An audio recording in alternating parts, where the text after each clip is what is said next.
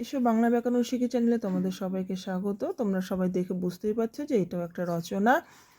আজকে আরেকটা রচনা নিয়ে এসেছি, দেশ ভ্রমণের প্রয়োজনীয়তা। ভূমিকা পয়েন্ট: থাকবো না কো বদ্ধ ঘরে, দেখবো এবার জগৎটাকে, কেমন করে ঘুরছে মানুষ যুগান্তরের ঘূর্ণিপাকে। কোটেশন শেষ। ঘর আর পথ এ নিয়েই মানুষের জীবন। তাই ঘরে থাকতে থাকতে মানুষের মন হাঁপিয়ে উঠলে সে পথে নামতে চায়। মানুষের মধ্যে আদিকাল থেকেই ভ্রমণের প্রবৃত্তি রয়েছে। এক সময় পশু শিকারের জন্য মানুষ জঙ্গলে জঙ্গলে ঘুরে বেড়াতো। তা ছিল তার বাঁচার প্রয়োজনে ভ্রমণ। তারপর নিজের বুদ্ধি আর সাহসকে কাজে লাগিয়ে সে সেই প্রয়োজন মিটিয়েছে। কিন্তু ভ্রমণ নেশার মতো মিশে গেছে মানুষের রক্তের সঙ্গে। নেশা নামটা তালেবস্য হবে। উদ্দেশ্য: প্রাচীনকালে রাজারা রাজ্য জয়ের উদ্দেশ্যে দেশ ভ্রমণে বেরোতেন। বণিকেরা সমুদ্র পাড়ি দিতেন বাণিজ্যের উদ্দেশ্যে। জ্ঞানান্বেষী ছাত্ররা দীর্ঘ পথ পাড়ি দিয়ে পৌঁছে যেতেন এক দেশ থেকে আরেক দেশে ধর্মপ্রচারের জন্যে। সাধুসন্ত ধর্মগুরুরা পরিব্রাজক হতেন, আবার শুধুমাত্র অচেনাকে চিনতে, অজেনাকে জানতে ও মানুষ ভ্রমণে বেরিয়ে পড়ত। আজ নানা প্রয়োজনের জন্য তো বটেই, শুধুমাত্র নতুন দেশ দেখার আনন্দে মানুষ বেরিয়ে পড়ে ভ্রমণে।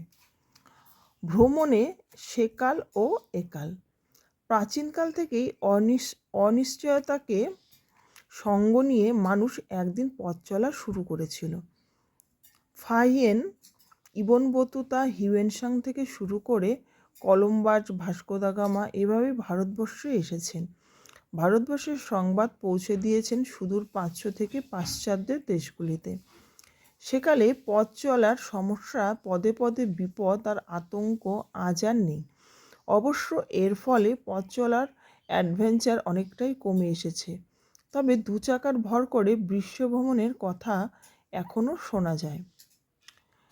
প্রয়োজনীয়তা: বই পড়ে ছাত্রছাত্রীরা যে জ্ঞান আহরণ করে ভ্রমণের মধ্য দিয়ে, তাকেই তারা প্রত্যক্ষ করে।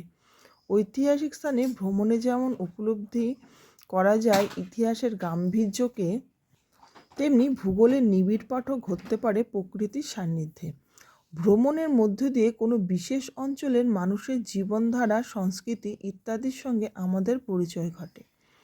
ছাত্রছাত্রী থেকে সাধারণ মানুষ সকলের পক্ষেই এর ফলে কাজকর্মে নতুনভাবে মনোযোগ দেওয়া সম্ভব হয়। মনের বিকাশে ভ্রমণে ভূমিকা তাই বিশেষ গুরুত্বপূর্ণ। দেশ ভ্রমণ ও শিক্ষা: পুঁথিপট জগতে মানুষের জীবনে অসম্পূর্ণতাকে সম্পূর্ণ করে তোলে দেশ ভ্রমণ। অভিজ্ঞতার আলোকে আমাদের জগৎ যখন চিত্ররূপময় হয়ে ওঠে, প্রত্নতাত্ত্বিক ধ্বংসাবশেষ, সভ্যতা, সংস্কৃতি, বৈচিত্র্যময় ভৌগোলিক প্রকৃতি, ভ্রমণের প্রত্যক্ষ অভিজ্ঞতা যেন মৃন্ময়ী হয়ে ওঠে। তার পরের পয়েন্ট, ভ্রমণে মুক্তি। গণ্ডিবদ্ধ জীবন আমাদের মনের বিস্তারকে খণ্ডিত করে। জীর্ণ লোকাচার প্রতিদিন আমাদের বেঁধে ফেলে। ভ্রমণ সে জীর্ণ লোকাচার ও কূপমণ্ডূকতা থেকে মনকে মুক্তি দেয়। মানুষের মানসিক, সামাজিক ও সাংস্কৃতিক বিকাশকে ভ্রমণ ত্বরান্বিত করে, মানুষকে করে তোলে মুক্তিমনা।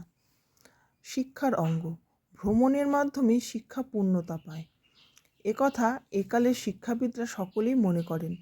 একাল তাই বিশেষজ্ঞদের এই মতামতকে গুরুত্ব দিতে বিদ্যালয় বা কলেজ বিদ্যালয়ে শিক্ষামূলক ভ্রমণের ব্যবস্থা করা হয়ে থাকে।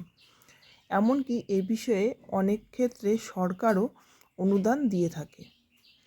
অর্থকারী দিক: ভ্রমণ এখন অর্থগমের পথকে করেছে সুগম। পর্যটন এখন বিশিষ্ট অর্থকারী শিল্প। বিদেশি পর্যটকদের পরিভ্রমণের ফলে অর্জিত হয় বৈদেশিক মুদ্রা। দেশি বিদেশি পরিব্রাজকের ভিড়ে দর্শনীয় স্থানগুলিতে হোটেল শিল্পের শ্রীবৃদ্ধি ঘটেছে। সংস্কৃতি বিনিময় ও বিশ্বশান্তির পক্ষে সহায়ক। দেশ বিদেশের পর্যটনকারী মানুষ যত কাছাকাছি আসছে, তত শিক্ষা সংস্কৃতির বিনিময় দ্বার উন্মুক্ত হচ্ছে। পারস্পরিক সম্প্রীতি, সৌহার্দ্য প্রতিষ্ঠার পথ হচ্ছে প্রশস্ত। পরের পয়েন্ট, সাবধানতা অবলম্বন। ভ্রমণে বেরোবার আগে বেশ কিছু সতর্কতা অবলম্বন করলে আকস্মিক বিপদ এড়ানো যায়। কোনো স্থানে আবহাওয়া পূর্বাভাস, রাজনৈতিক সমস্যা, পরিবহন ব্যবস্থা, হোটেল এসব সম্পর্কে একটু খোঁজ খবর নিয়ে যাত্রা শুরু করলে অনেক সুবিধা হয়। উপসংহার: দেশভ্রমণ মনকে উদার ও প্রসারিত করে। গণ্ডিবদ্ধ জীবনের বাইরে যে বিপুল পৃথিবী রয়েছে তার সঙ্গে পরিচিতি ঘটায়।